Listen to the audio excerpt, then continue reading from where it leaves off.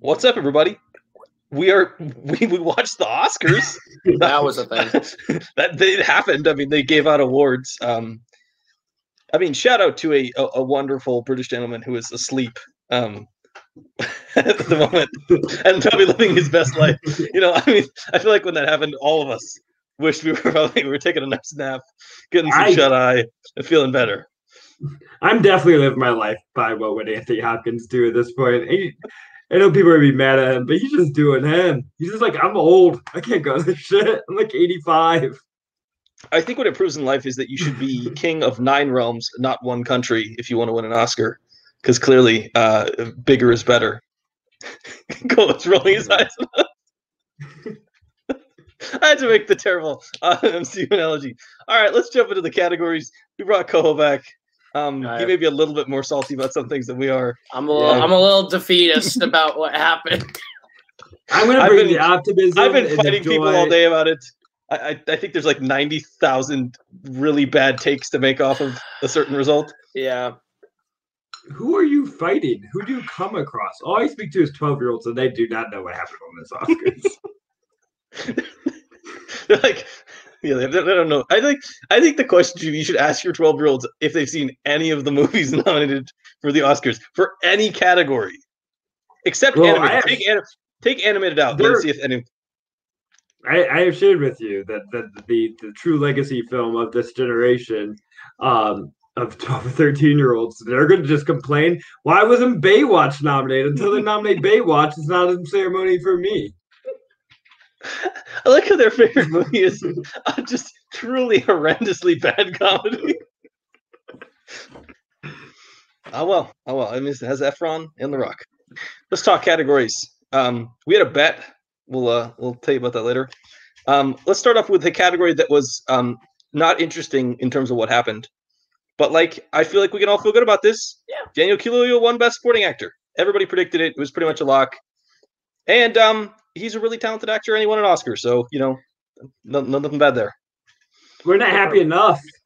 This is I'm going to connect back to this point where we focus so much on the negatives, but when it's so expected, we're not happy enough because it's so expected. So we either got to be happy for the surprises or be really happy for the expected ones that are great wins. We should be just as joyful for Daniel Kaluuya winning than we are negative about other outcomes, because this is a great thing. He's a great actor. He's going to have so many awards. He's my age. So I'm hoping to get mine next year and I can keep up with him. But right now he's ahead. Derek Kaluuya, fucking terrific. He should have won for Get Out. Also, like, this is an interesting, this award, looking back, now you can look at all of them together, is really the start of the run of movies that were released in 2021 did really, really well. Like, there was a very, very clear, like, the movies the movies that took advantage of the fact that the Oscars allowed them to be released into February really took advantage of that. And we're out there being like, hey, you saw us a month and a half before you voted on these Oscars. And like some of those other movies you saw, 7 months ago. So it's an interesting trend that I don't think any of us talked about when we were doing predictions, was the idea that 2021 movies would really like take a step up and perform in a way we didn't expect. Jumping ahead. I believe the only one that won a big 8 that wasn't released in 2021 was Promising Young Woman. Yeah, The Father is 2020. Nomadland's 2020. No, they're 2021 U.S. release dates.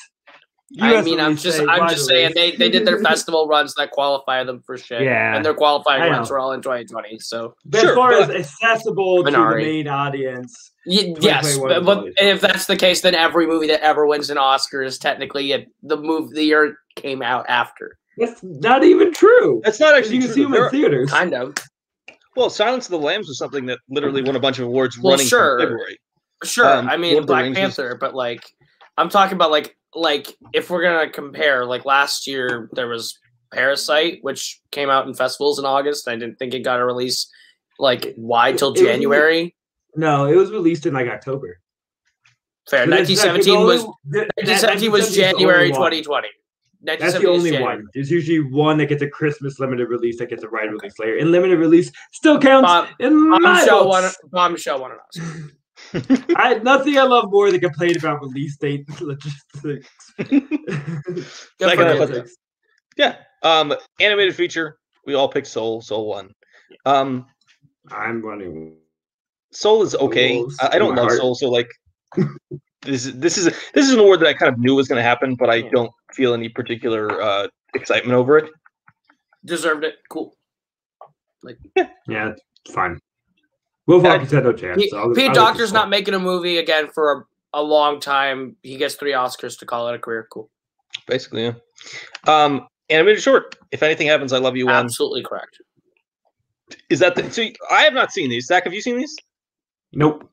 All right, Koho, you're the one who's seen the majority of the shorts. I've seen all 5 of the shorts. Yes. Okay. Is this the best one? Absolutely, by a landslide. Okay. Well, I say by a landslide. Opera is really good. I really like Opera. It's like really experimental and cool and weird because it's like it's a still image that's constantly moving with like different pieces of parts, but it just zooms out further and further and further, so you see all sorts of different things happening, and it's like it's really interesting. And then like Yes People is trash. I think he froze. The Yes People gang has rised up and hacked into his computer. Yes People has taken out Kaleb Koho. See if we pull him I haven't off. seen him. I'll bring him back on in a sec if he needs it.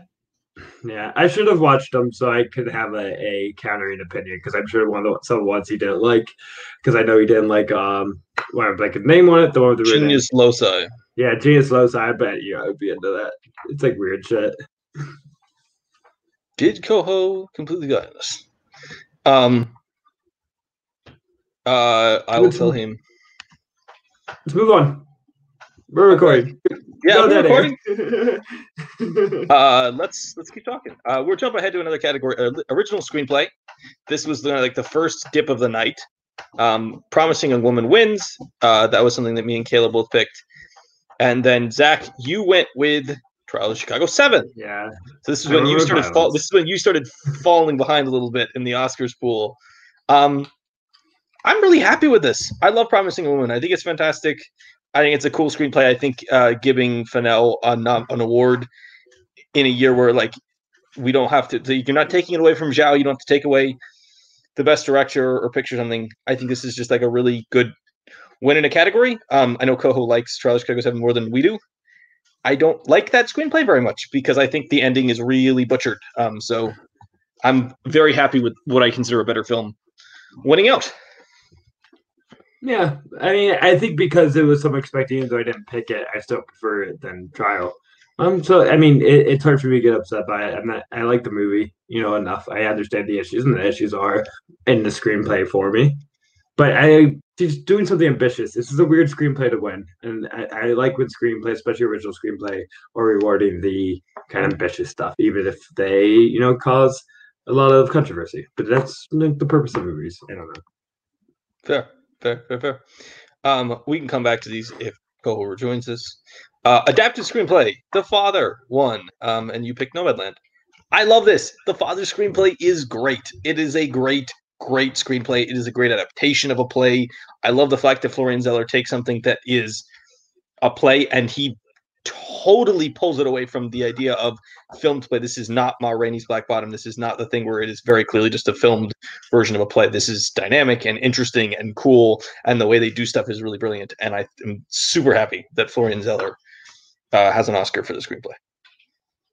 Yeah, I'm good too. I mean, I would love to know Nomadland win. I mean, it get recognized enough, and maybe it's not the screenplay. I give some credit for the screenplay just because it functions as poetry, along with everything else makes it so flowy and beautiful in its way. And I think screenplay is important, but I think if anything else was to win, Father, is once again a pretty ambitious way to tell a story. It's really format.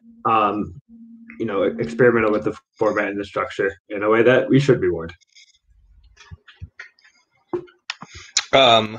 He's back. Where did you lose? You were talking about you've basically done most of the animated short stuff. What do you have takes on original screenplay? Okay. So yeah, anyways, if anything happens to love you is great. Watch on Netflix. It's the best show by a lot. Original screenplay, adapted screenplay. Original is the correct winner. Promising Young Woman is great. As much as I love Charles Chicago 7 and Sorkin, Promising Young Woman is the right movie to give that to. I would have been happy with either of those winning. But yeah, good choice. Great winner. Adapted screenplay is a cluster fuck and a half of all the nominees. If it wasn't One Night in Miami, I didn't want it. But I'll take The Father. I thought The Father was going to be the obligatory, should have an Oscar, and we didn't give it anything else Oscars. So I figured that would happen. I honestly kind of wanted Chaos to reign and Borat to win at that point, and then Sacha Baron Cohen as an Oscar. But oh well. Yeah. The Father. It's the worst of the 8, but fair. It's the best of the 8. Get out of my face. You have Trial of the Chicago 7 at number 2. That's that movie rocks. Fuck off. Zack Ford, break the tie. I know where you stand. Wait, I'm The Father over Trial for sure. Yeah, thank you. Yes, another old man being senile movie. We need more. I said both of them. I said it's experimenting with the form and the structure. It's doing something ambitious. Trial by Chicago 7 is pretty traditional in its storytelling, and also bungles all its political ideas. I think I would have less problems with Trial of Chicago 7 if it didn't have that absolutely bullshit ending. The ending is just it's such a It's literally made up. It's not an actual thing that ever happened. And then it feels so weird, and like Sorkin, in the midst of his entire movie, basically forgot any of the point and just wanted to end it up with a happy ending. It was weird. Let's jump to live action short. Koho, do you have takes on the live action shorts? Oh, do I? So Of the 5, The Present was the worst one, just because it like never actually took off or did anything cool. But like Feeling Through is like a really sweet story about this kid who helps this blind and deaf guy back home. It's very beautiful, very well done. Wide Eye is shot all in one take is great. The Letter Room is a fantastic short with Oscar Isaac in it that has like I really want Elvira Lynn to like take off as a director because her style is great. But Two Distant Strangers was one that in premise I was like, this could be interesting. Let's see how it goes. And it was just so tone deaf to what it was trying to say the entire time. And was very in your face, not subtle at all. And I think it missed the point of what it was trying to say and do, to the point where it was so self-serving that it didn't land the way I think it did. It's probably my least favorite Oscar winner of the night. It should have been Feeling Through or Wide Eye, but because that premise could work. That idea could work really well if you did it right, but like that short just was like, ugh. Yeah, I think we were a friend of the show, Paul Yama, described it as like police violence Groundhog Day, which sounds just awful. Mm-hmm. And like, I don't know why anyone would want to watch that. It was the really clear favorite. We kind of all knew it was going to win. We all picked it to win. So in terms of predictions, nothing further. But it is a weird scenario where I feel like of the people I know who've watched it, I don't think people really liked Two Distant Strangers. Mm-hmm. It just kind of it was one of those situations where like something becomes a front runner and just kind of keeps going regardless of what people think. Zach, do you have takes on shorts or? I have no takes. I haven't seen any of them. Oh, that's fair. Good for Van Lathan. P. Diddy, I think, was executive producer. Good for P. Diddy. Yeah, like Joey Badass is the lead, and he's actually not that bad, but like, it's interesting now how like short film has become this weird place for like super famous people who are not into film to like randomly get awards or nominations producing it. It's an interesting trend. Let's jump to production design, and this was the sweep for Mank that we all predicted. Yeah, Mank is a really well crafted film. I didn't connect with it maybe the way some people did. It never hit like the heights I wanted to do, but I'm not going to stand here and argue that and say that the movie is designed poorly. It's definitely it accomplishes what it wants to be, which is to create a 1940s Hollywood image for you. Yeah, production design is beautiful. It's great. Zach, I'm pretty happy about it. But it's maybe most production design, but sometimes as a Philistine film fan, that's what I notice when I see it. There's like a zoo. They produced a zoo. It was great. Yeah, we produced the zoo. We produced the zoo. That's gonna be my Damon. Even I don't like that movie. I'm its biggest fan. I know you are. That's which is unsurprising to anyone. Costume design, Ma Rainey's Black Bottom gets its sweep. Awesome. Yeah, it's a cool Great. costume. For first win for a long time, respected costume designer. So it's always great to see the legacy rewards for something that she deserved it to. It's not like they just gave it to her for nothing. The Viola David dress in this is pretty great, as well as the suits. And sometimes suits get underappreciated. True. Yeah. Like Mark Bridges last year with Joker. Yeah, he's making joking comments. We're gonna have to kick him off the show now. Yeah, that's not trying to set this in as like our ideas of the show. Kaleb Koho's thoughts do not represent the thoughts as a whole of the Lucas and Zack podcast. The Joker suit looks good. Joker fans will be canceled on this podcast. The Joker suit looks good. Documentary feature. Another sweep for My Octopus Teacher, which we kind of all expected. I have not seen this film. Me either. I saw 2 of the nominees. The stuff that I was impressed by documentary-wise did not get nominated. So, no Boy State. I don't give a shit. No David Attenborough. I don't give a shit. Exactly. No, Dick Johnson is dead. I still give a shit, but that shit. I still haven't seen Dick Johnson's Dead, but I feel like I'd like it. It's really good. I think it's in both of our top 20s of the year. Okay. It's a pretty me movie, like emotional, melancholy look of death. So. Going for you. I also liked it, and I feel like that's more of a you thing than it is a me thing. So it's also Dick Johnson is a wonderful person, and just like seems like a great hang. That's fair. Let's talk the category that is just bizarre. Documentary short. Oh my god. Category that none of us picked the first place correctly. None of us picked the runner correctly. Colette came out of sort of nowhere. Nowhere. I mean, I can look up the Gold Derby odds, but I believe they were 4th. Yeah. When going into the show, which is even in the age of like prediction, is very rare for something to go to 4th. You see upsets, but you don't typically see anything go from like considerably out of contention to winning an award. Yeah. Any thoughts on this? This was the thing that was like, okay, so me and Kay Rocha and Caleb Boatman watched the Oscars together this year. And we made our own prediction pools. And the only prediction that me and Redshaw had different from each other was this.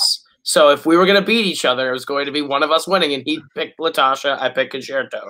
And we were both wrong and ended up tying. And we were both kind of bummed. So fuck this short for ruining my Oscar pool. It was a very weird category that I don't think helped anybody. It's very rare when you have an Oscar pool. We had like another one that we're in with like 12 people, and I've never seen a category where one pick in a 12-person pool helps nobody. Yeah. Like I don't think even anyone had the weird like outsider pick. It was just it was bizarre. This might have been the only category that we were, as the 3 of us in our podcast pool, completely shut out. Oh yeah, no, this one kneecapped us a bit. Yeah, it knocked us down a little bit, and it kind of yeah. I mean, to be fair, we all basically had the same picks anyway, so it wouldn't have changed that much. But yes. Yeah, let's talk about some awesome shit, which is Yeon Yoo-jung for Minari won Best Supporting Actress. Great speech. She tried to take Brad Pitt home, which was, I think, a pretty baller-ass move. That was awesome as fuck. She was just great. She's exactly the attitude. She's got the Olivia Colman thing where it's just like a level of there's like a lack of seriousness, and it's just like, I love the honest expression of, this is fucking awesome. I just got an Oscar. You know, I basically don't have a career in America. People don't know who I am, and I just won an Oscar. Like, just kind of enjoying the fact that this is a ridiculous situation that she wouldn't be in most years, but she's got an Oscar, and she's awesome in the movie. And she's great. She deserves this one. Like, she has the I think my favorite part of her acceptance speech was saying, like, I'd be up at 3 a.m. watching the Oscars as a kid. And then the thing she thanked her first director, which was so sweet. I thought that moment was really, really sweet. And then afterwards, when they're like doing and come back for this, like they show her and Brad Pitt talking backstage, and I was like, she's still wheeling. She's still going for Brad Pitt. I thought that was so funny. Yeah. Yeah. She also just has like the right level of calm. Like, not nervousness to it, not overly excited, like happy and appreciative, but just like charming and chill. She probably like took an edible, calmed her down beforehand. I think she vibe. Yeah. She's great. She's the only person who definitely did drugs before they went on stage last night. Here's the board. Oh, Harrison Ford is always stunned. The man is he was on something. Harrison Ford is like what life should be, because Harrison Ford is just like, I am one of the most famous people of the last 40 years. I have like 20 movies everybody watches all the time, and I don't care about any of them, and I don't want to talk about them, and I don't give a shit. And can you kill me off of them? I want to fly my plane. I'm going to do Indiana Jones 5, make another 12 billion, and buy another plane that I'll crash into a golf course. And then I'm going to go like build a table or something. Go build a fucking table because I can. Harrison Ford is the best. He's the best. This does bring Glenn Close to 0 for 8. We'll pick better movies next time, Glenn. Yeah. I think that Glenn's problem at this point is exactly that, is that so many, they clearly want to give her the Lifetime Achievement Oscar. They want to give her but like, Oscar. Can she pick the B movie? Can she pick the B or B plus movie? You don't have to be a great movie. You don't have to be the best picture from her, but can you just pick something that's not like super mediocre or too bad? Because I feel like every recent nominee of her, it's like Albert a movie Nobbs, that people will watch. The Wife, like, Hillbilly Elegy. It's like that people are trying so hard to give you an Oscar, and you are making it so hard on them by picking these movies that just no one gives a fuck about. Whenever the Sunset Boulevard musical adaptation comes out, she will win for playing the Gloria Swanson role, and that will be it. So. This is probably true. Is this a real thing? Yeah, they're adapting the Sunset Boulevard musical into a movie with her. She did it on Broadway. She's like a quite successful run on Broadway. Very, very successful musical from the 90s. Yes. I think that what they need to do is not nominate Glenn Close for things she's not going to win. It's their fault. It won't be embarrassing if she did Hillbilly Elegy and we all forgot about it. It's only embarrassing because you lost again and should never have been nominated. I do also wonder at this point if all these kind of mediocre, crappy movies getting nominated and then losing hurts her chances next time, because people are going to get to the like, we've nominated you 5 times in the last like 4 to 7 years, and you just keep losing. Like, why are we giving you this opportunity? This is just so pointless. I mean, she was the real winner of the night when she danced to Dubai. So yes, was that a winner though? Oh yeah. In a serious way. That was awful. How this could be a winner.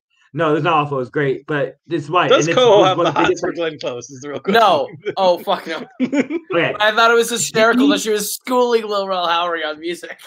It's pretty funny. This is a real win, not just a funny win, because it did take a lot of the like fun buzz, like things you really liked and enjoyed about the Oscars, to where she's going to become the like Jack Nicholson staple. No, she can be the person that they come every time they put her on camera, give her a shine. There's like Hollywood legacy, because she's more fun than Meryl Streep is. So I think because of that, she as a persona, Meryl Streep's always performative. I think Glenn Close is a little more like natural in it and a little more fun grandma-y. So I think it was just like with Jack Nicholson. He's like the crazy dirty grandpa and like doesn't give a shit. So people was like watching him at the Oscars for decades. So she's always gonna be invited, no matter if she's nominated or not, and she's gonna become a part of legacy in that way. They're gonna keep her involved because they like having her there. Yeah. Jumping ahead, we got Best Sound of Metal 1. Yeah. This has been probably the biggest lock, maybe biggest lock of the night, first or second. Yeah. But also, they do such a really good job making you understand what it would be like to go through hearing loss in a film about hearing loss. And I think the fact that they do so much doing that is really impressive and just such a testament to the film overall. Extremely deserved one. Glad I got it. Yeah. Zack's takes on Sound of Metal. This movie was going to win anything. This is what it's for. This is why this movie got so much notice, was because of the ambitious sound design that's important to it thematically and story wise as well. What else can you sound so important to what the movie's trying to say? Yeah. Next up, we got an upset. Mank pulls the upset on Nomadland in cinematography, which is even weirder considering what would go on for the rest of the night and how successful Nomadland would be as a film. And that Mank, a film that basically did not get considered for any of the major awards at all, happened to win cinematography. Kind of impressive. I kind of get it. Like, it won the precursor, but also the precursors, they always vote for their friends in the tech category. So it's like a mixed bag on what actually will win. I switched my prediction on Gold Derby from Mank to Nomadland an hour before the show and fucking regret it. But I mean, Mank's cinematography is really good. Between Mank and Nomadland, I actually probably do prefer Mank. I think that's probably the more deserving cinematography win of the two. But it also just comes down to what kind of cinematography you like more. That was kind of the debate of the whole season. So good for Eric Messerschmidt. He's a great dude. Zach, do you have takes? Why do you think Nomadland lost, even though it won a bunch later in the night? I don't know. I'm wondering if we're starting to undervalue landscape filmography, cinematography, as in it's maybe like a little more simpler or easier. But I mean, the use of natural light, is hard to do and super important to make it look great. But I think just the combination of the black and white and some of the more like techniques that they did to resemble it of being something from the 40s made it seem more award worthy to them rather than just shooting a beautiful sunset. But I love beautiful sunsets and I like plains and mountains and natural lands. So give it to Nomadland. Makes it look great. I think Koho makes a good point. Is that I do think we maybe underestimated how important it is to be the name cinematographer. I mean, if you look back at recent years, there's a lot of Deakins, there's a lot of Levitsky, there's a lot of people that are easy to check the boxes. What? But those are also like really great film things that no one else even stood a chance. Those are the two best you've ever had. I'm not trying to underestimate the actual work there. I'm saying that I think that maybe it was foolish to think that Joshua James Richards, who is not a name, to the point where Joshua James Richards does not have a Wikipedia page. Yeah. Would just come in here and get this. I think in some ways looking back at predictions and the way we're thinking about it, Nomadland was underestimated in the categories with really high name talent and overestimated in some of the categories with lesser household name. And I think that's sort of what we saw in cinematography was just kind of Joshua James Richards did not resonate with the majority of the people who were voting, whether because of the actual work or because they literally didn't recognize his name. Let's jump ahead to the definitive category of the night, which is film editing, where I picked Sound of Metal to win, and you guys picked Trial of Chicago 7. Yeah. And the 1 point I gained in this category was the definitive final deciding factor in our Oscar pool. Weird. It's funny because I definitely kept going back and forth between these two, and I think the Sound of Metal was the favorite, but I think I definitely got stuck in they're gonna give it to Trial of Chicago 7 because it feels like more editing, even if I don't necessarily think editing. I definitely didn't. I don't think Trial of Chicago 7 is super well edited, but it definitely felt like the movie that was like the most. And I sort of thought, I also kind of didn't think Sound of Metal had the juice to pull film editing, like an award like film editing, just because it felt like this was going to be a movie that got sound and nothing else, and then it just did get film editing, which is weirdly kind of the favorite all along. Takes, gentlemen. This is some utter horseshit because Trial deserves that Oscar. That's like Trial does have the best editing of the year. It does. That's the one thing that I thought Trial completely fucking earned was like the way they cut all the storylines together, the way that it paced the whole movie, like down to when they're out in public falling through the window and cutting that whole sequence together. I think it's fantastic. It should have won. Sound of Metal's editing is like 5th place out of this category for me, so I'm kind of really bummed that it won. But like the thing that I think we forget, and that's what made it really hard to predict now that sound's one category, is sound editing and film editing always go hand in hand. They almost always go to the same movie. So like if we were going to predict it, I was really having a hard time because Sound of Metal didn't even win the sound editing award at its precursor. It won the mixing. So I was like, okay, so this is like Sound of Metal's going to win sound because it's sound, and the mixing one's going to win out over the editing one. So does that mean that the mixing Oscar is going to win the film editing Oscar? And I think I overthought it. But yeah, I mean, Sound of Metal didn't really deserve this one. Kind of bummed it lost. Zach Ford, I have a feeling you have a very different take on this category. Trial should win. I mean, I'm happy enough that Sound of Metal has. I think thinking Trial is the best is crazy. I think the best editing is the when it blends in and you don't notice it. Almost like what they say about score sometimes is where it becomes so natural and inherent to it. That's why you were so blasphemic. Is that word blasphemic? I'm going with it. Blasphemic. I think it's blasphemic. Is blasphemous. Well, no, you could be blasphemous or you could be blasphemic. Yeah, sure. But yeah, my doctor diagnosed me with blasphemic. And anyways, that with Nomadland saying that like you don't understand why it's nominated, which is insane because I think the editing is what makes it work in its poetic way that it does because it all kind of twirls together. It's all like one montage. You don't even notice all the cuts. It all just flows so beautifully.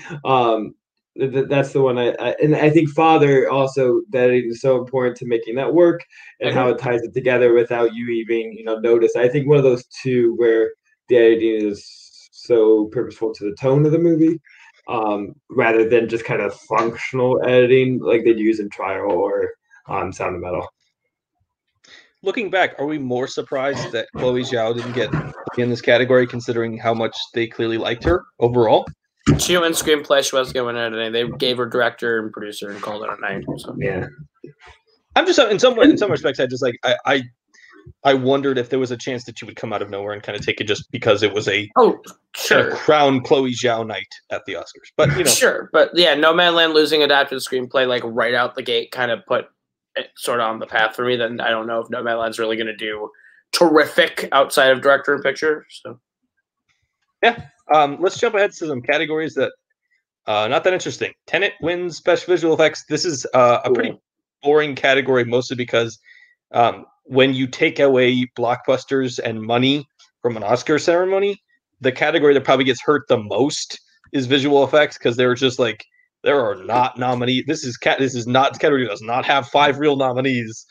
They're like, have you seen this Disney Plus movie? Like they're throwing some random stuff out there. Tenet sort of won by default. Yeah, in that it was the only major movie with named people on it released in the category.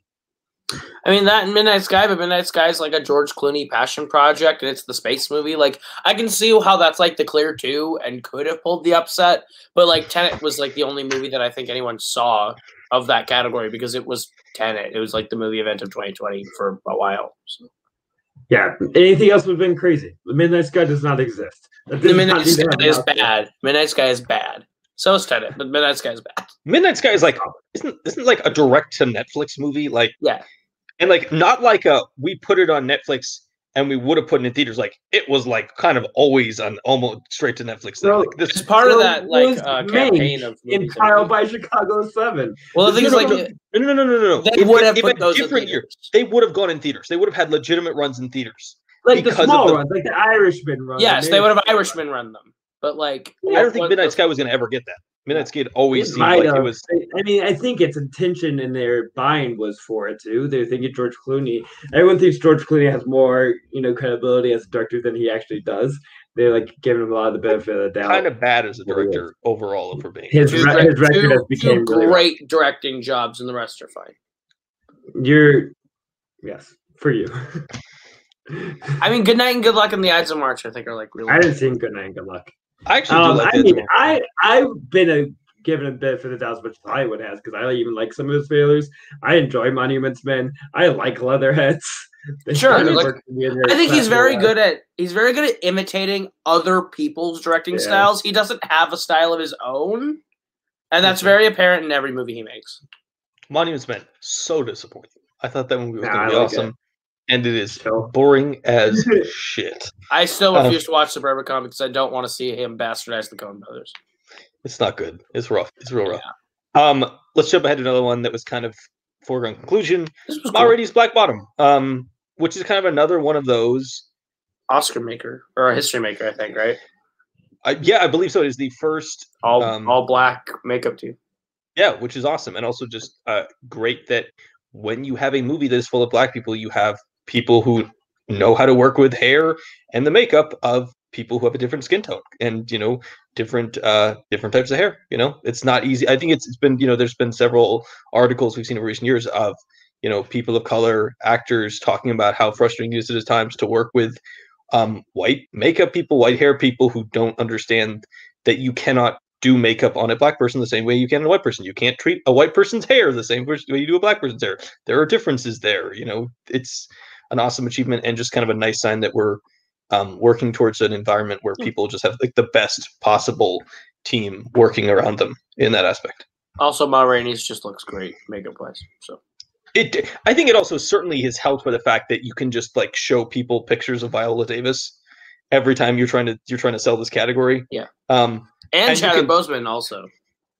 Yeah, but let's be real. Viola Davis is the really impressive one. The really like showy performance look. But like everything they did to her is the standout. Retroactively, when you think about it, like look at the 2 movies that Chadwick made right before he died, in Da 5 Bloods and Ma Rainey's, and the makeup for him in Ma Rainey's makes him look a lot less sick than he does in Da 5 Bloods. Yes, it is weird looking at Da 5 Bloods, especially knowing like he looks very sick in Da 5 Bloods. Yeah, you're like, is the character supposed to have malaria? It's like they're supposed to. You almost wait for them to be like, look at him. He's taking quinine tablets or something to deal with this problem. It's like, no, he was just a very sick person at that time. Yeah. Let's jump ahead to an awesome category. International feature film. Another round wins. Another round is awesome. So fucking good. We all knew it was going to win, but it is still super exciting to see Vinterberg win. My favorite speech of the night, Thomas Vinterberg. And especially because like this is a guy who is super talented, has made 3 or 4 really good films. Didn't win for The Last Time. He probably should have won for The Hunt. Another Round is not as good as The Hunt, but it's also really great. You know, he has other really good films. The Commune was quite good. I know Zack is a big fan of Far From the Maddening Crowd. The Celebration I hear is great. Yeah. He has a lot of good stuff. It's great to see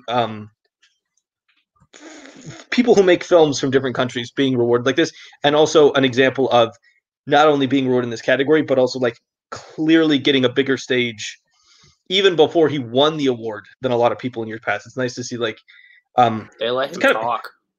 It's kind of also just like a sign that like they're expanding the Academy. They're doing stuff to try to make the voters more worldwide and more diverse. And it is having an impact in terms of we're getting better picks, and we're getting picks that are just competing in more categories. I mean, can you imagine 10 years ago even thinking of the foreign film director competing in anything but foreign film? And now we have foreign film and documentary hybrids, and we have foreign film and best director, and we have foreign film and an acting nomination. It's like we had a foreign film win best picture last year. Like, and it's not even the first one that was nominated for best picture in recent years. Like, it's been a cool trend recently. Yeah. Vinterberg's speech is great. It's him talking about his daughter and dedicating the Oscar to his daughter was a tearjerker. I made a side bet with Boat and Doc about what they would play music-wise when it won. Would they play What a Life, or would they play the main theme that they have for the movie? Because both are like pretty equally recognizable to me. And I was like, What a Life. And Boat was like, oh, they'll probably play the music theme. And then they did What a Life. And I was like, pay up, bitch. What a Life should have been nominated and should have won Best Original Song. That song is amazing. And then I woke up today and they were like, oh, yeah, Leonardo DiCaprio is going to remake it. I'm like, fuck off. Why? Yeah. Watch it. It's not hard to listen to Danish. It's not hard. That's not even the problem with the remake. The problem with the remake is you can't remake that movie in an American context. We have a completely different relationship with alcoholism and alcohol. That movie is there's no way they do that. Yeah, I know. In America, it'd be a lot more tragic and maybe preachy about. Also, it's gonna be sad.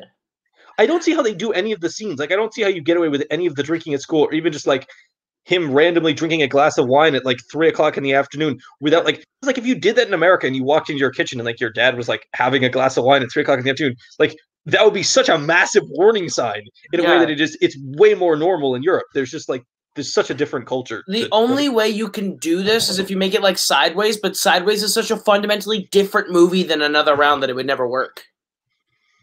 I also just think they're never going to pull off how smart Another Round is. The idea of just like, not only they're going to drink more, but they're going to do it based on, a scientist, and then they're going to record the way they do it. Like even the process of doing it, it's so much more than just like it's so much more than just we're going to drink more alcohol to see that we're always drunk. Like that's right. The American take. And also just Mads Mikkelsen and that ensemble are so perfect. Like their chemistry and dynamic are so on point that I don't see why we have to let Leo take the Mads Mikkelsen role and put, I don't know, 3 other guys in there, and it's not going to be the same. Like, it's just, this movie's not going to work. It's just, I'm not here for this remake. Yeah, we agree. Original score. Another kind of foregone conclusion. Soul won. I kind of laughed that Resident Ross didn't say a fucking word. They let John Batiste just have the Oscar because they already have one. It's probably a smart move, if we're being honest. Very smart move. It's a good look. It's a good moment of just like kind of letting the guy who's newer and probably less likely to be there. Okay. He's a well-liked guy. So put the guy who's like charming and people like to hear on the mic, and somebody known. Like, I mean, people know Nine Inch Nails, but as a persona, John Baptiste is known more because of his work with Colbert. So put the guy in front of the mic. Can we also talk about how they didn't mention Questlove at all in their speech? He was like a major help to the music. And then Questlove, who was DJing the awards, as they walked off, played the "They Never Give You Credit" line from Dolly Parton's 9 to 5. Like, totally took a shot at them as they walked off the stage. It was funny. It was a very free flowing show at times, which was we'll talk about the full production at the end, because I do think there's a lot of good and bad stuff to be taken from it overall. Let's talk about an insane category. Original song. Fuck this category. Fight for You from Judas and the Black Messiah. Zack Ford's last place pick. That's the only reason I tried to talk about it, because this is my embarrassment one. It's the only category. It's the only person the entire night who picked a last place pick that won. I think this one just kind of comes down to this was maybe the most recent one.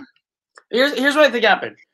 The 4 songs, one's in the movie, but it's also a slow inspirational ballad. Hear My Voice is boring as all fuck, but it's inspirational and like a ballad. And then Speak Now is a slow ballad, and Scene is a slow ballad, and Fight for You is fun and peppy and upbeat, and I think that might be why it won. Plus, it has a major artist attached to it with her, so like I can see why it won. I just honestly forget. Like, I can remember how every other nominee goes. I can't remember how this song goes at all, and also, that's such a bummer to me. Add on to this, it's from the movie that of the 5 movies nominated is by far the most popular. True. Of that group.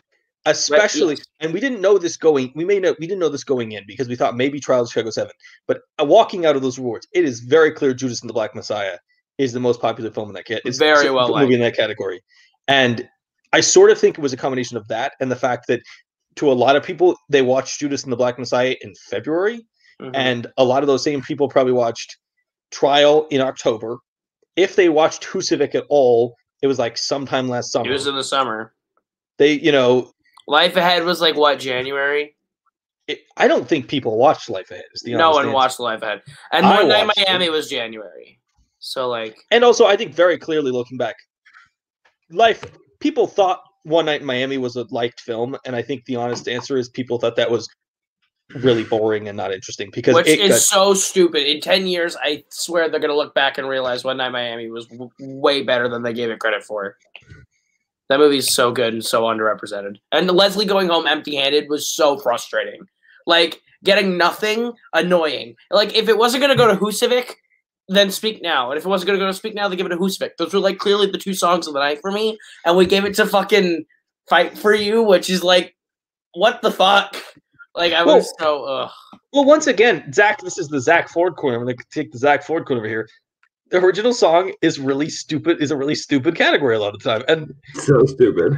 This is like this. I mean, if you look at these nominees and you look at what won, it is sort of like the only one of the songs that really matters that much is Husavik. It's the most important song in that category to its movie by far. But it's very clear that what happened is the song from the most popular movie, the most well-liked movie, the biggest movie, won the award because despite it being Husavik being in the movie. I think people saw Will Ferrell and said, fuck that movie. Here's the thing. Probably, if we're being honest, the majority of Oscar winners probably did not watch Life Ahead. They did not watch Eurovision. They watched the other 3, and they got to the end of those other movies, and they said, you know what? That Judas and the Black Messiah movie is the best of the 3. And they slapped it down as the winner. And that's probably why we got the original song pick we got. To make Zack Ford feel happy, even if he had not picked it as last, he still would have finished in 3rd place anyway. So it's not a great look for you, but also it didn't hurt you. It didn't actually hurt you in any respect. Zack's not. But if I picked the screenplays and got that, because I had a couple 1-pointers that you guys did not get, I would have. This is correct. If you had not picked this and picked the screenplays, I would have won. No, you would have tied. You would have tied me. No, but I have an extra 1-pointer that I don't think you had with Francis McDormand. But we'll talk about that later. It doesn't matter. No, but you're 4 points. You're 4 points behind me. Okay, sure. Even with the Francis McDormand pick. Best director. Wrap it up. That was easy. Well deserved. Chloe Zhao is she's about to be a really, really big deal for probably a really, really long time. I'm waiting for that Eternals trailer to drop sometime in the next 48 hours that says Academy Award winner Chloe Zhao. Just remember, this is the first MCU film ever directed by a winner of Best Picture. The MCU, Kevin Feige is sort of being like now over there right now going, I am so glad I pushed Eternals back. This in some ways, this is the win of COVID for them, is they had to push all these movies back here, and now they get to sell. This is the universe where we have a movie coming from the Best Director winner, the woman who produced Best Picture. This is a boon. I mean, they have no trouble selling their movies anyway, but now they get to literally sell a movie that has no anything. It's now they get to sell It's like if they tried to sell Guardians on the strength of James Gunn after he won Best Picture. They basically get to do that, which is pretty crazy. It's also going to be fascinating to see what Chloe Zhao. There's any chance that we now get the first Oscar-nominated superhero movie because Chloe Zhao's bringing in some of her credibility. It could first Oscar-nominated superhero movie. You want to walk that statement back real quick? We already have Black that Panther. Twice. What? Joker and Black Panther.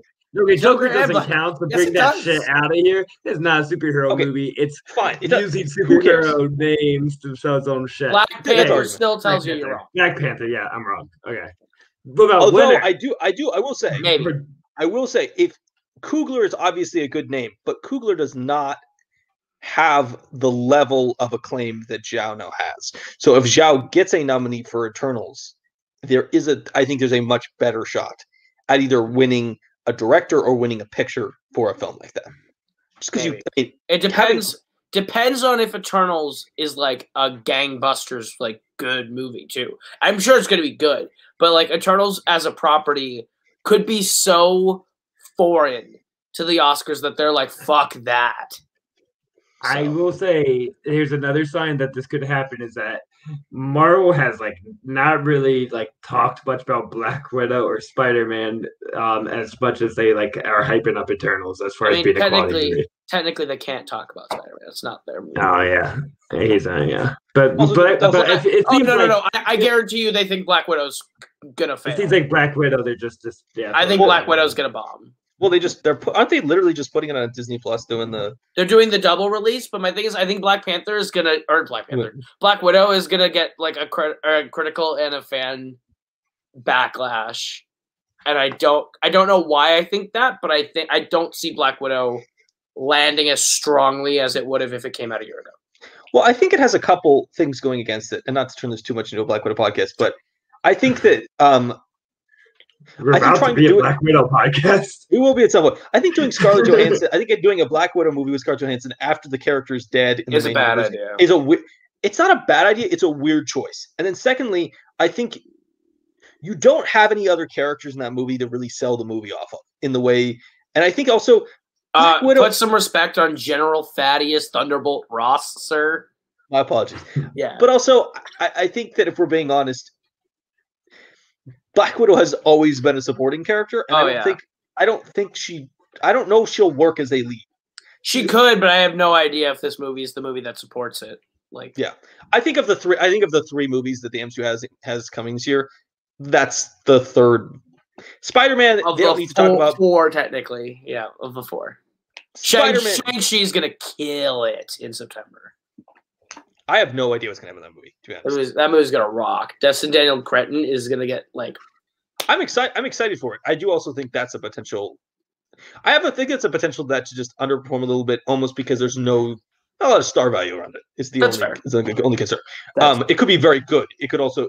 it has the potential to do the Guardians thing where you have no star value and then suddenly you blow up. Or it has the potential to do the really well Ant-Man, I guess. Yeah, but even like Paul Rudd's a lot more star power than anyone in that movie has. And Michael Douglas, that's a lot. That's fair. Let's jump ahead. It's also really weird that director was in the middle of the ceremony. That was really weird. Yeah. Not the worst choice that was made. That's not the worst choice. I'm going to follow the order the Oscars did because I want to talk about it in that order because I think it's more interesting. Let's talk about Best Picture next. Nomadland wins. Yeah, cool. Deserving frontrunner. Great speech. Really good movie. Looking back, I was reading an article from Scott Feinberg of Hollywood Reporter, which made the really good point about if this is the clear frontrunner for Best Picture, how on earth is the person who is the heart and soul and basically the entire film not the frontrunner for their category? Which, looking back, was probably a bit of a miss on everyone just predicting it wise. We all picked Nomadland. It was really good. Anyone have any takes, or is this just kind of we knew this was going to happen? This is in some ways the one category that you were not. I mean, this and direction were the two where you're just like not surprised by what happened. Everyone was like trying to say, "Oh, what will upset it? There should be an upset because of how long award season was, and they were bored by the narrative of Nomadland winning, but it was going to win." And they had a great speech. Frances McDormand was on so much cocaine. The wolf howl is like that should have been the moment to close out the Oscars on. Do you know what that is? This should have been it. I think it's from the movie, isn't it? No, it's related to her. It's the sound editor, Zack. Okay. Yes. I had no idea what that was. Person who worked on not sound editor, but someone who worked on sound on set on all Chloe Zhao's movies. His nickname is Wolf, and he passed away. He was a pretty young guy. Passed away. Michael Wolfstetter. He's the production sound mixer. He was 35 years old, and he committed suicide shortly before the film won Best Picture. Fair. That is where the wolf howl comes from. That is very sweet, and that should have been the perfect moment to end the night. That win, everything about that win was so special. Like, even if it was a boring outcome, the speech and the people winning made that win super special, and that's why that should have been that should have been the thing to close the night. McDormand now has 4 fucking Oscars. She's a genius. Let her walk away as the last Oscar winner of the night. Come on. Also, in unsurprising fashion, well, I guess it's surprising that it was never really talked about that Nomadland is a $5 million movie. Like, I remember it was a big talking point when Moonlight won Best Picture. It was like, this is incredibly cheap for a Best Picture winner. Nomadland is a truly bizarre film to be a beginning to end frontrunner. It does not hit any of like the Oscar Best Picture cliches. It's not a period piece. It's not a war film. It's not a big epic. It doesn't have really anything that would, make you clearly say this is the frontrunner. But the fact that it was a frontrunner and that it is, if not the number one most popular film among everyone, the number 2, because it's like probably it and Minari are probably the 2 most universally liked films of the bunch. Yeah. Yes, we will talk about. I saw a fucking stupid tweet today that was just like, it's the lowest grossing Best Picture winner in years. And it's like, literally any of them would have been. Literally, if Trial had won, the box office gross is 0. So fuck off. What is the highest grossing movie of all of them? Probably Promising Young Woman. Is it really? The 5 Bloods was in theaters. Oh, of the nominees. I thought we were going off of the Best Picture nominees, but I am. The Best Picture. Or not. I didn't mean the 5 Bloods. I meant Judas. Judas could be also. It's probably between Promising Young Woman, Judas, and honestly probably Nomadland. Interesting. It is Promising Young Woman. Okay. Which made $11 million worldwide. Yeah. Number 2, none of you guessed. It's Minari. Oh wow. Minari made $10 million. Judas made 5.9. Nomadland made 4.8. The Father made 2.4. Sound of Metal made like 173,000. And honestly, I'm not sure if the other ones made like anything, because half of them were basically never released outside of a streaming platform. Especially because like when they dropped Trial of Chicago 7, I don't think theaters were even open at that point. No. So like they couldn't give it the same day release if they tried. Yeah. Let's talk Best Actress. We got an upset. Although looking back, we really we really shouldn't have been that surprised. No, I wasn't. When they said Frances McDormand, like, at the end of the day, the only way this category was going to fucking surprise me was if Andra Day or Vanessa Kirby won, and I wouldn't even have been that surprised if Andra Day had won. Like, this category was very up in the air and up for grabs for everyone, except for Kirby. Which is why when they were like, oh, picture went, and then actress and actor were left, I, like, looked at Boat and Doc, and I was like, what if Vanessa Kirby wins right now? And that's why we moved it, because it was, like, some random change. But no, it was good for her. She now has 3 Best Actress Oscars. She needs 1 more Best Actress win to tie. 3 for 3. I will never bet against Frances McDormand in Best Actress ever again. I've learned my lesson. There's this guy named Ben Zausmer, who is a statistician. I believe he works for the Mets. He does Oscar predictions based on modeling. And going into this category, he had literally 4 people between 15 and 25% chance to win. Mm-hmm. And looking back, the idea that this was a 2-person race was hysterical. Yeah. It was wrong. And the fact that, I mean, I think Feinberg was the one that I read this earlier, and it was just like, how on earth did we not think McDormand was the front runner? If you like Nomadland, how do you not like McDormand? Yeah. Like, if you're going to vote for that for Best Picture, how are you, like looking back, it is kind of insane to think we were all sitting there going, well, people are going to cast Nomadland for picture and something else for actors. Like those were obviously going to go together. Yeah. Zack picked this as his upset pick. Yeah. The only one of us as a win. Yeah, you guys are here acting like, oh, I'm not surprised. You were so surprised. You didn't even have backup. This was a shocker. You all look go like back to the podcast, and I look like a genius for having this as my backup. Okay, Zach. No, but fun fact. Payson Johnson, I'll give him the shout out. Made this really fire tweet this morning where it was a marriage should be 50-50. And it was Frances McDormand's IMDb page with 4 Oscars and Joel Cohen's IMDb page with 4 Oscars, and I love it. This is a couple we don't necessarily talk about with. I loved it. Seeing Joel Cohen with her again every time, it was so fun. Joel Cohen did not seem that happy. Does not seem like Joel Cohen, the worst hang of the Oscars.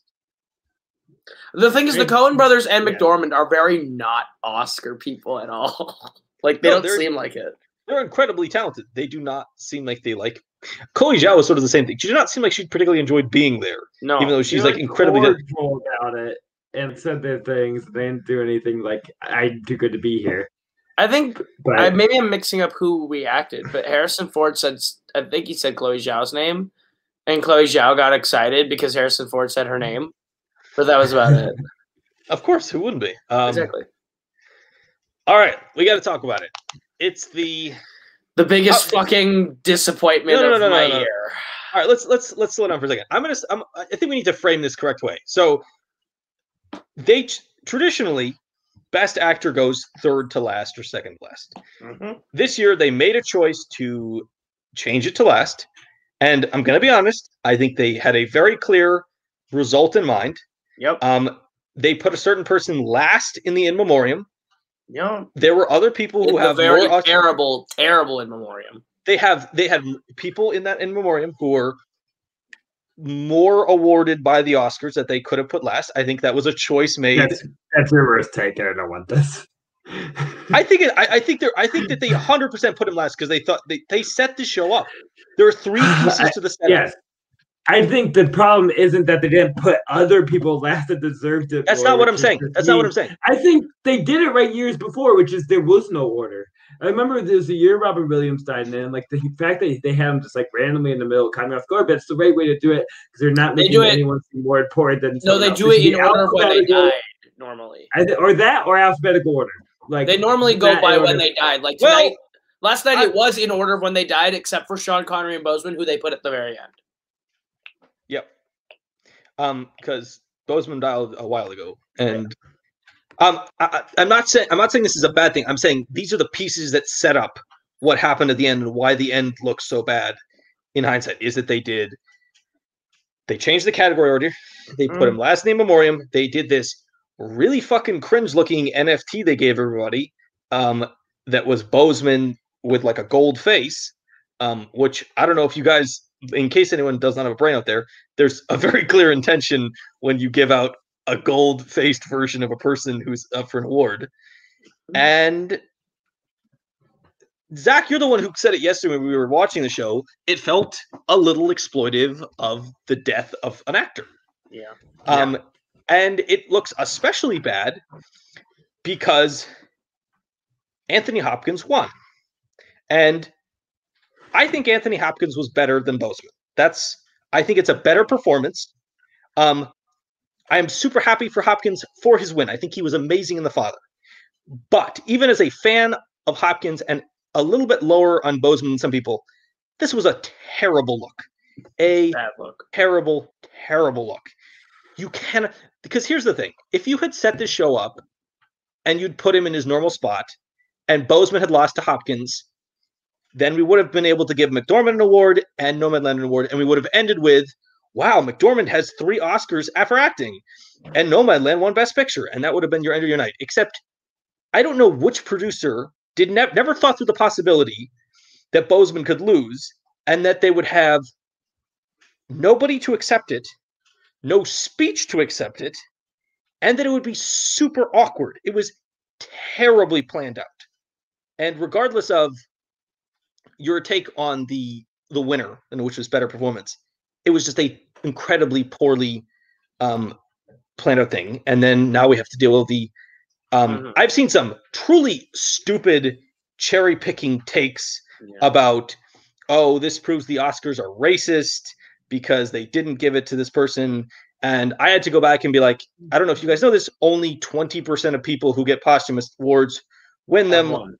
Only, I believe it's 2 out of 11 acting ones have won. It is not unprecedented for somebody to lose at even posthumous. James Dean did not win either of his. Spencer Tracy. There are many famous people in history who did not. I think what makes this particularly egregious is the fact that you set it up to end with that result. Because I don't care what you say. You cannot convince me that they set that up to just be like, we're going to do Best Actor last because we want Best Actor to be last. No, you set up Best Actor to be last because you thought something was going to happen, and it didn't happen. You're probably the biggest proponent of this performance of the 3 of us. Yeah, I am. Obviously, start with personal feelings, work out to the other ones when you can. So the thing that really bothers me about this outcome is exactly what you said, that they were building to this, and then they built themselves into a corner that now is really unfair to Hopkins. Hopkins, it's like the La La Land Moonlight scenario, but now times 11 in an even worse negative way. Hopkins' acceptance speech video this morning was super cute. It was very sweet. He's like, I'm 83 years old. There's no fucking way I was staying up for the awards, but thank you, Chadwick. I'm sorry that I took this from you, basically. And it was a very nice speech. Like, paid tribute to Chadwick. It was a very nice speech. But I don't think Hopkins should have won. I think Chadwick should have won. I think he was the best performance of the year. And also, I'm not that guy that believes that you should do the Oscar for career or Oscar for whatever. But in this case, even if you don't think he was the best performance of the year, to me, it's kind of weird to not give it to Boseman in this scenario, because it's the last time you're ever going to give this actor, who you clearly thought you had a lot more time with. They expected to give him an Oscar in 3 or 4 years. This was supposed to be the first nomination that he would get, and he would lose. Maybe he'd win, but he would probably lose. He'd be back in 3 years with another movie and probably upset there and win, or win that, and then win 2 or 3 more in the future. Like, they thought they had time with him. Can I ask you, can I cut in for 1 second? I have a question for you that I've been thinking about. Sure. Is it possible that maybe that the audience's perspective of Chadwick, because of his big superhero roles and then these smaller roles, was overinflated versus what people actually thought? Because if you look at Chadwick's career, he has a lot of movies he could have been given awards for. Exactly. But he was also consistently not given awards for them, which makes me wonder if, in hindsight, maybe Chadwick's actual place and reflection among his peers and the people voting was maybe a lot lower than what people thought. And maybe a lot of people were like, he's a talented actor.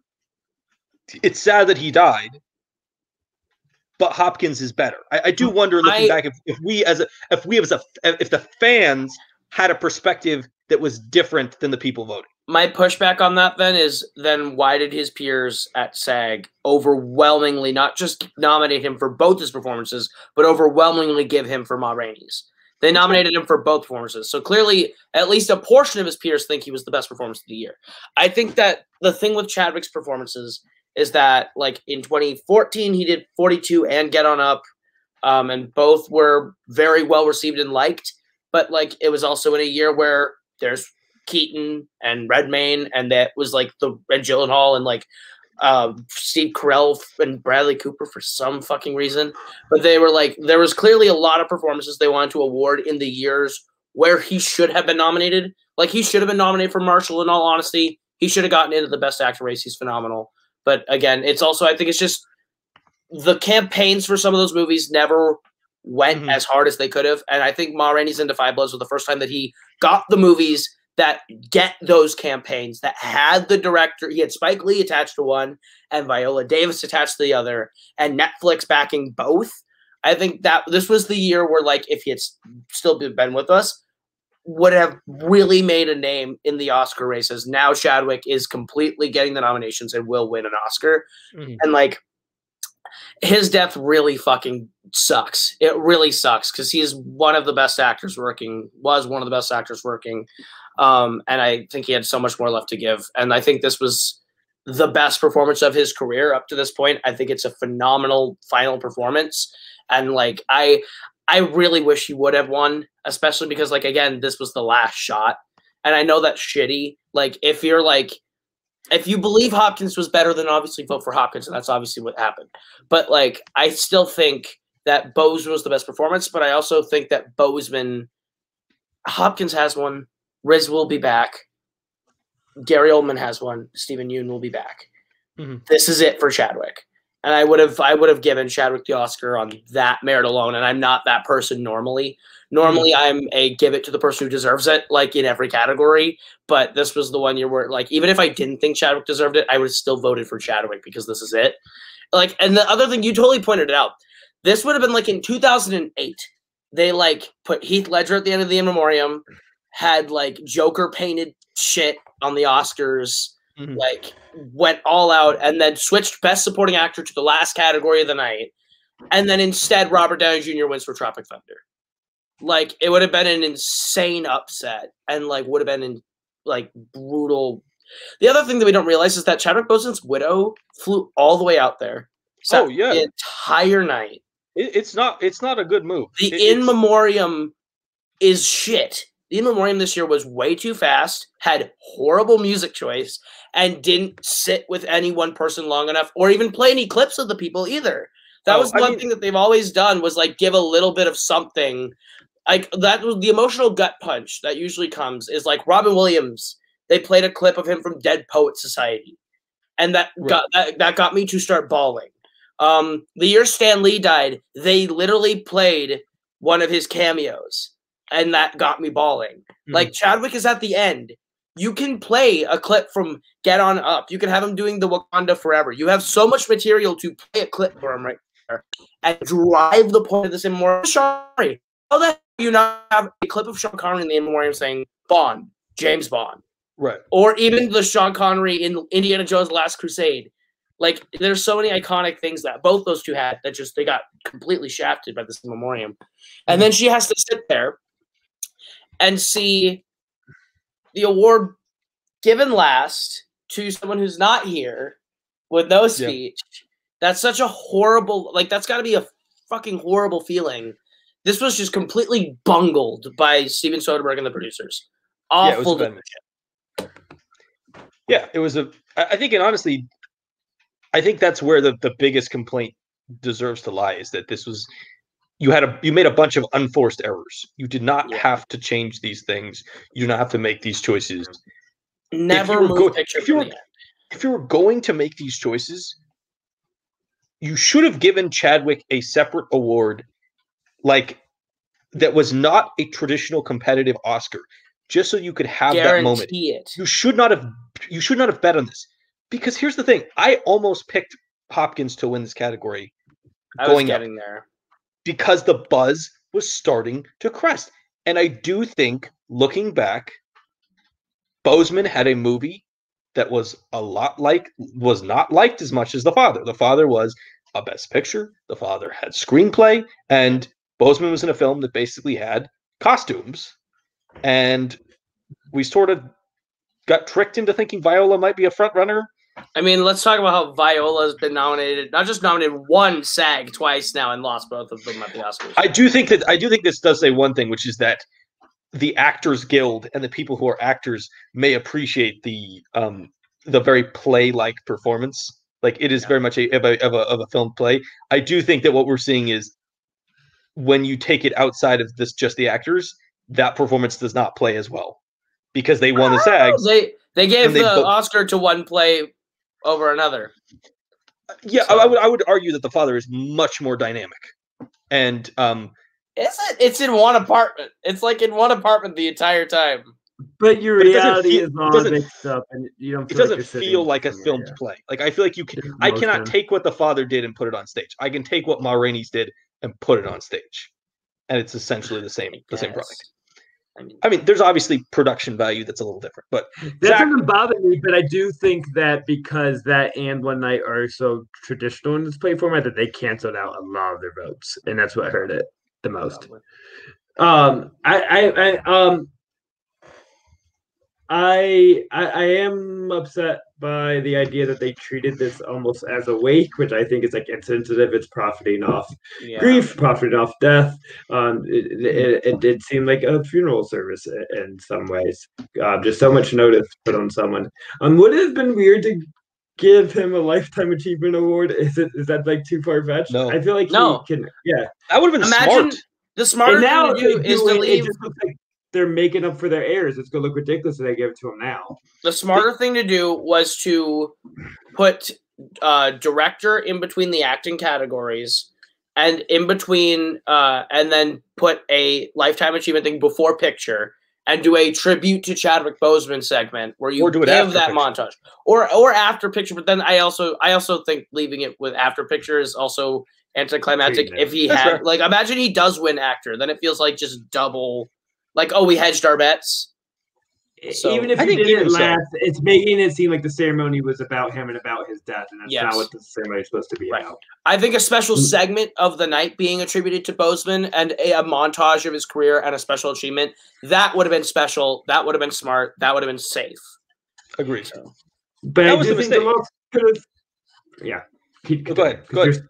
I do think that the loss could have been more predictable than we made it be. We kind of already made the point, but the fact that all of the big awards went to movies that were nominated for Best Picture, they pretty much dominated. Ma Rainey's honestly is the only one to win one of the main awards, not kind of like documentary and shorts and stuff. I think it's the only one that and Tenet, which doesn't even count to like win that wasn't and Soul for Best Picture. And Soul. But it's just because score, yeah. So it's just really like rare, but all the big, 8 were won by every single Best Picture nominee. Every single Best Picture nominee won one except for Trial, which is bullshit. Just didn't have the support that the Father has as fans. Love the performance. So it seemed like we could have been a little more predictive of that. I was always like certain that the Viola Davis hype was like a little out of nowhere. That's why I did pick Frances McDormand. I didn't really think she had a chance because of that. So it just was more widespread than I thought because it also hurt Boseman. Yeah, I had Davis in the podcast picks, but my other Oscar pool, I changed it to Mulligan because I was just like, I just don't see the movie that has. I mean, if we're being honest, Ma Rainey's Black Bottom as a film overall kind of disappeared from the conversation shortly after it came out. Its acclaim was always for individual components. It was this performance, this production, this costume. It was no one ever talked about that film. That film was not talked about on the level of the film. It didn't even seem like a bigger snub of Best Picture as much as like One Night in Miami did. That always seemed like the bigger thing hanging over if they didn't get the Best Picture now. Yeah, I know Ma Rainey was predicted, but it also was like, but did we need to give it a nominee? Yeah. Yeah, I mean, it does suck because you don't get to do the tribute that they wanted to do. You're going to overshadow and create a bunch of really stupid conspiracy theories for people who are mad that Boseman didn't win to be like, well, this is the reason, rather than Hopkins is That's also very why talented. They flashed up. We came back to the Oscars for 3 seconds after a commercial break to put up just a wall of text that explains how the Oscar voting works because they were so scared. Yeah. It is it does make the question. Should the producers know the winners going in? No. They should have known. Yes. I think they should have. Yeah, I think for this one, if you're going to change the category order, you should know that Boseman's winning. I understand both of that.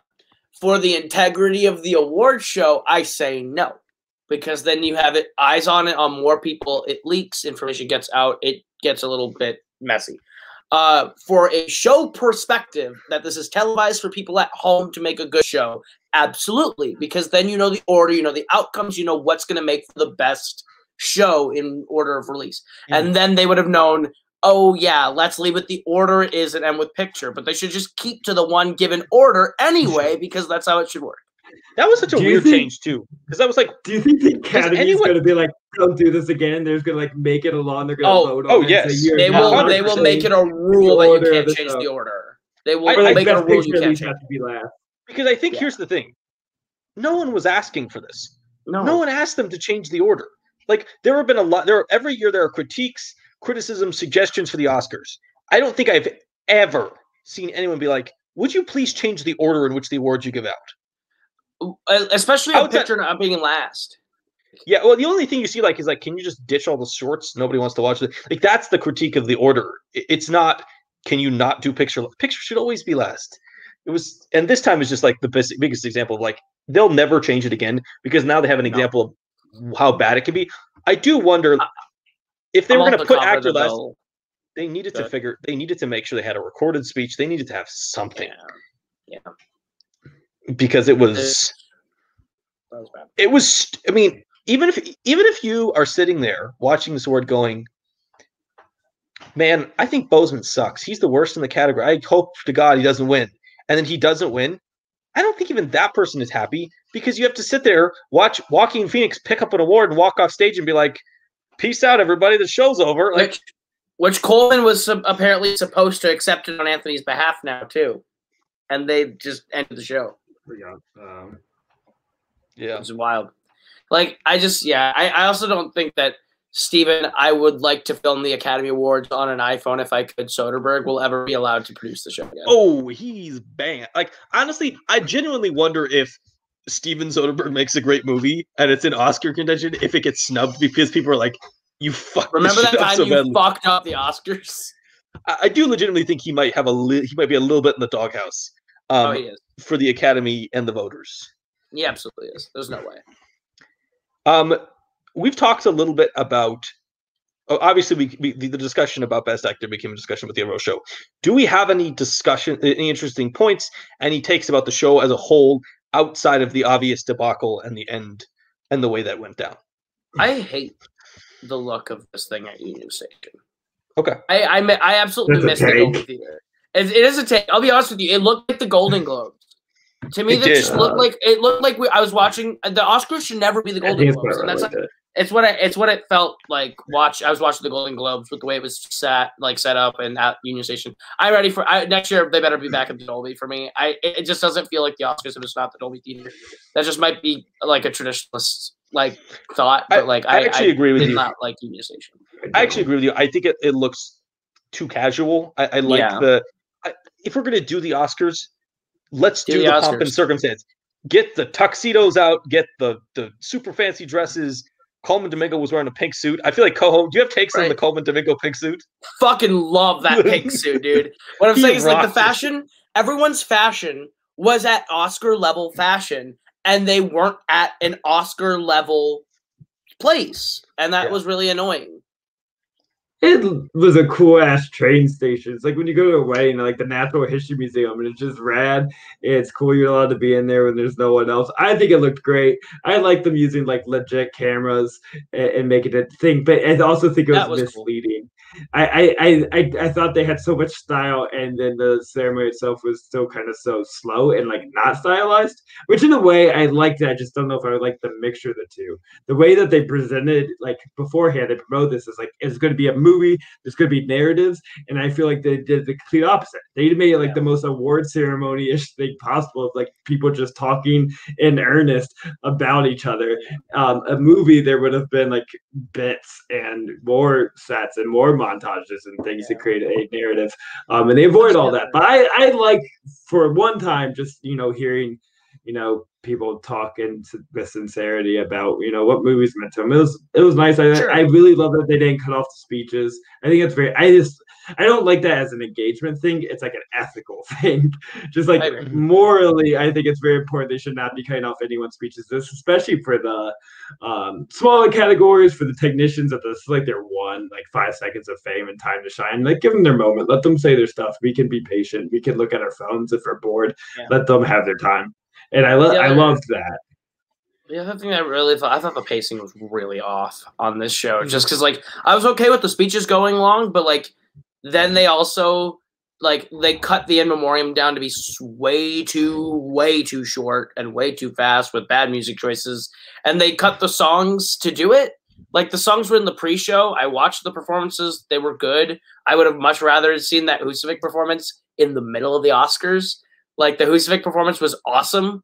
I thought it was really cool. I honestly thought Leslie's Speak Now performance was breathtaking, and I'm really bummed that that's not like an Oscar performance moment that you can Google anymore. Like, I think like the other thing I really miss, I will champion this forever, bring back the goddamn clips for the categories, for the acting categories. I love seeing what moments they think are their Oscar moment, and seeing what they pick. So they say, like, Anthony Hopkins, the father. I want to see what you think was the best acting moment for Anthony Hopkins. That's one of my favorite little things that they used to do, where like you watch it and you go, what's this?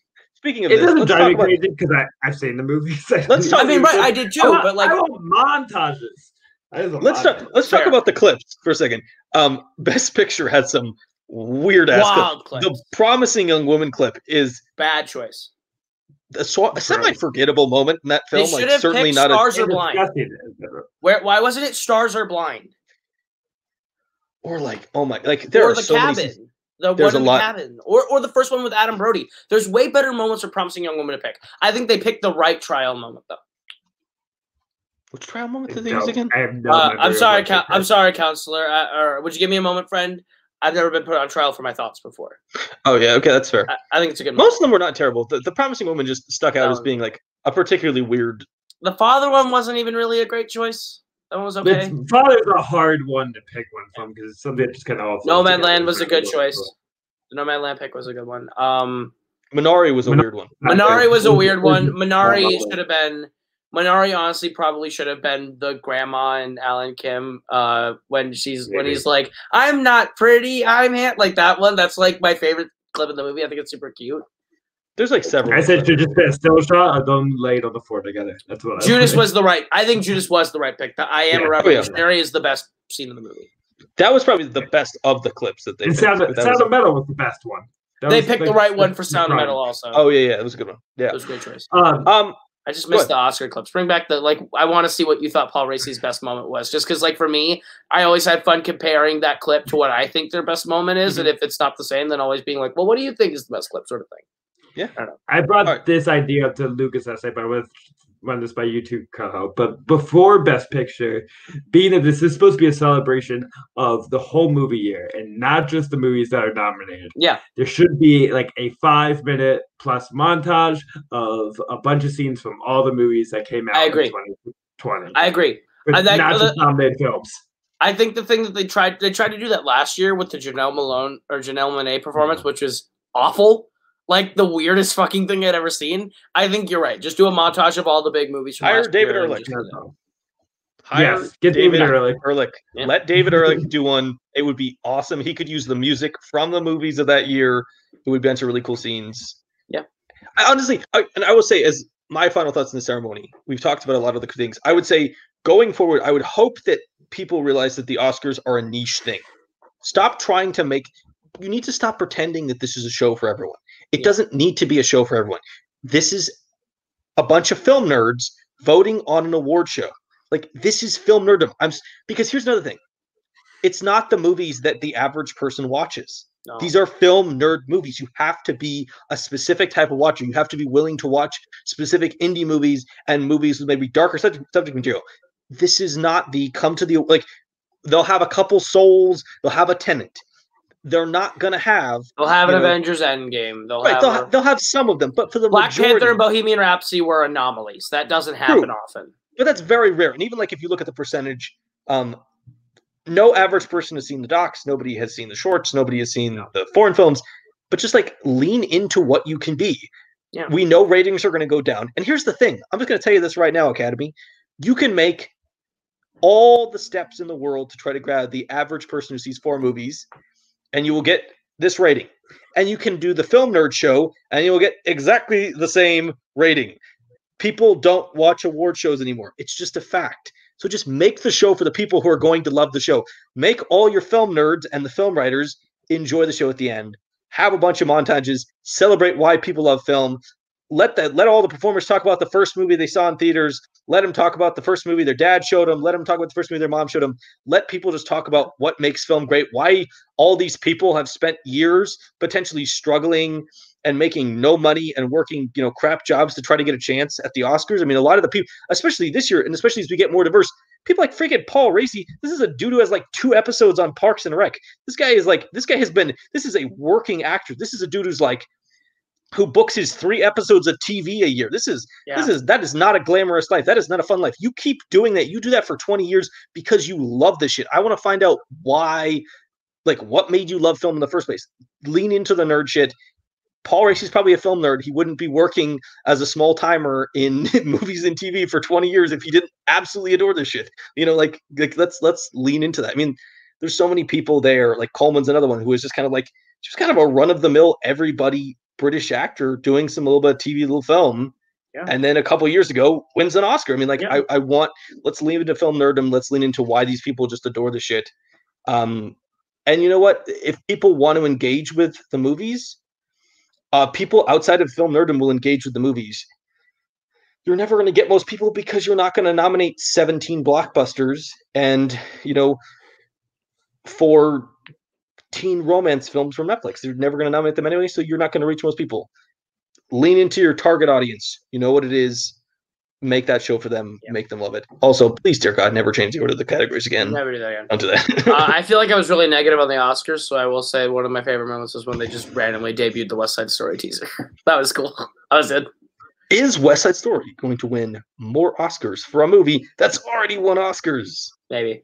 What can Rita Moreno win 2 Oscars for the same movie?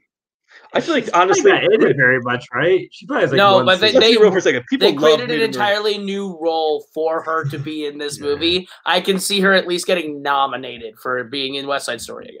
Rita Moreno's popularity, her plus minus is super fucking high. People love Rita Moreno. Rita Moreno's like she's up there with the most popular people on. Hey, she can also sort of get nominated. She's a documentary that people really love coming out as well about her. That's true. Listen, there's so many great musicals coming out next year that are going to all cancel each other out, and that makes me so mad because In the Heights, West Side Story, Dear Evan Hansen, Tick Tick Boom are all going to be phenomenal, and they're all going to cancel each other fucking out. I do think the one that will not get canceled out is West Side because of Spielberg. I think In the Heights is going to be pretty big. It's going to be interesting. That could be really interesting because it has a name as a musical, but does not have a name cast or director. Miranda is enough of a name. Okay, you need, I know. And he's in the movie for 1 scene. I think that will give it play. I don't know if that makes it huge. I'm just saying, the grandma in the Heights, seriously consider her for your way too early Best Supporting Actress ballots because she won the Tony for a reason. She's really fucking good. They brought her back for a reason. She's really fucking good. We're actually pretty excited for this movie. We plan on talking about it on the pod. We may have built a month around it. We may have done a month around it. Fingers crossed for Ben Platt, Best Actor 2022. Before we go, I want to do one thing that'll be stupid and completely pointless and will not mean anything, but way too early. Best Picture winner of 2022 is. I said mine. I forgot the name of it. I can go first. I said Stillwater, the Tom McCarthy film, with a slight nod to I think there's a real chance that Ridley Scott either House of Versace or The Last Duel. That would be a couple of entries. I'm going to say mine before Koho steals mine because I had this earlier. It's all I have because I don't know what's coming out. I'm going to go with Don't Look Up or Don't Look. Is that what it's called? The Adam McKay movie. Just because I say it seems like the Academy wants to give shit to Adam McKay. They just haven't found the right reason. And you have Leo in it, so you have all the acclaim you need. All right, Cole, call it. I'll buy into it. I'll say In the Heights. In the Heights, Best Picture 2022. In the Heights is going to be a massive fucking crowd pleaser. Gets the nomination. It's so different from everything you've ever seen. It looks visually great. People are going to love it. It's going to get the acting nominations. Also, I'll give my way too early actress. Jennifer Hudson has that Respect movie coming out. She's going to win. Go for it. Interesting. I don't know. There's a Marilyn Monroe movie. Coming out. There's a lot of. I'm excited for this Oscar season more. I think because this Oscar season to me is a complete fucking bungle because it was way too long. They included 2 months of 2021 that they should not have included. Judas benefited from it. To be honest, for next year. I think Judas would have come out in December. I think they would. Oh, they would have moved it to December and it would have been just as big. But I think this year's Oscar season is going to be a lot more normal in terms of the run and the movies in it. I think are going to be better. Yeah. So I think this is going to be a great Oscar season. The festival is going to be back, which also adds to the buzz and the hype for when you have Cannes, you have Toronto at somehow running normal. I do think it's going to be fast. It's going to be fascinating. There's a lot of movies out there that have huge premises, huge directors, huge actors. And the real question is, how many of those things bomb? Because let's be real. If we look at a list of those big ones, one of them is going to be truly utter trash because it always happens when you have that many ones. And the real question at this point, and it's going to be interesting to watch, is just like, I don't know. Can Ridley Scott make a great movie anymore? Is Ana de Armas going to be able to play Marilyn Monroe? There's a lot of stuff out there that could really hit or really miss. And it's going to be interesting to watch. The other wild take to throw out there is they love Lin-Manuel Miranda. Love him. Okay. That will that's going to translate into In the Heights love. I think it'll also translate into Tick Tick Boom love, especially if he directs that movie well. Best director nomination for Lin-Manuel Miranda.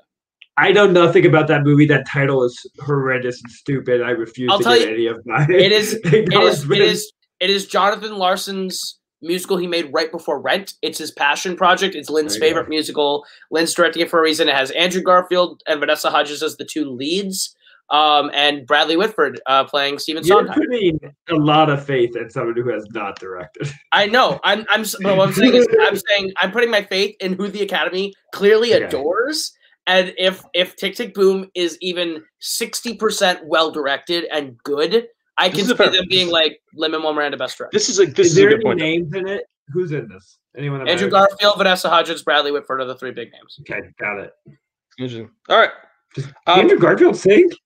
Apparently. Who knows? It looks great. There's like 3 clips of it in Netflix's big like movies of the year package, and it looks great. So interesting. It's always interesting to see what happens when you take like the name star and you're like, can he actually do this? Or are you gonna have to auto-tune the fuck out of him to make him sound? If Russell Crowe's this, I'll be mad. He legitimately might though. He's that type of star. I think we're gonna call it. Yeah. We talked the Oscars. It was a crazy year. I beat Koho by 1 point for the bet. God damn it. 38-37. Thank you to Sound of Metal winning film editing. So at some point we will do a commentary based on a film of my choice. You didn't come prepared. It should have been the announcement. You should have it ready. You don't. No. It's coming later. It's coming later. I really wanted to make you fuckers watch Jonah VeggieTales movie. I was gonna make you guys watch a 51,000 minute long student film. Oh, we're gonna watch OJ Made in America all as a group. That sounds way better than this 51,000 minute long student film. Except Zack reminded me that I had to also watch it, and I was like, I don't know if I want to spend 51,000 minutes with either of you two on the call.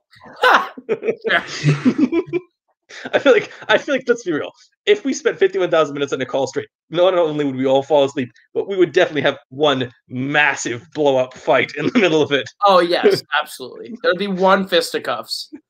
I think it's just watching a boat for like days. I think that's all it is. You know, it's legitimately like it's like I don't think it's called logistics. It's not even narrative. It's one of those like they like set up a camera and just cross water. 51 now. Koho's watching his life go before his eyes, imagining. we would have to like force each other to stay awake so that by like minute 49,982, one of us just goes full Jack Nicholson of The Shining. I think it'd be fun. We could all get symbols. We could play symbols. Whole thing, because this is like days upon days. Dude, I have energy drinks. I can stay awake for a while. I'm an insomniac. Let's do this. I've done like 56 hours in a row awake before. It was not healthy, but I could probably do it again. Yeah, well, we're not doing this. We're not doing logistics though. I will figure something out. I will make you guys watch something probably terrible, potentially involving killer animals. Long. Wait for Moose Jaws. I'll watch Moose Jaws. Moose Jaws? Yeah, I'll watch Moose Jaws. Make Koho watch his favorite movie of all time, The Meg again. Fuck. I'm up for that. Fucking shock. By the way, everyone else excited for Dominic Megredo. You don't know me. You're about the Meg 2 Best Picture campaign. Excited for that? Starts now with you. Yeah.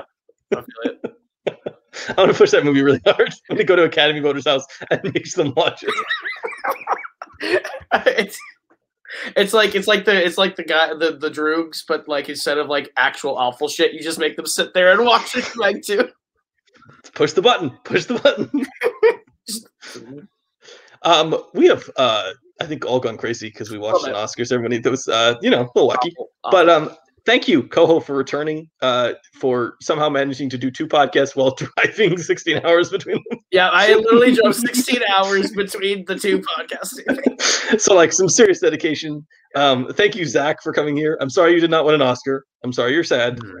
Next year. I'm going to catch up to Dale Kaluuya. He can't beat me. Technically, you get, like, an honorary award for My Octopus Teacher, because that just feels like a you movie. That is correct. The Octopus It is based on my true story. I am at least still Daniel Radcliffe, who's also my same age. He hasn't passed me yet. There you go. Yeah, but he is like a cajillionaire from movies he made as a child. So, however, the octopus is also the same age as me, and the octopus is now beating me. That motherfucker. And with that being said, congratulations to An Octopus Teacher and to Octopi worldwide. You have an Oscar, and Peter O'Toole doesn't. Which is really just saying that if we'd done Lawrence of Arabia with an octopus, it clearly would have won more awards. Good night, everybody. Thank you for watching. Enjoy the regular content coming. We've got Barbara Stanwyck month coming up. Enjoy that. Peace out, folks.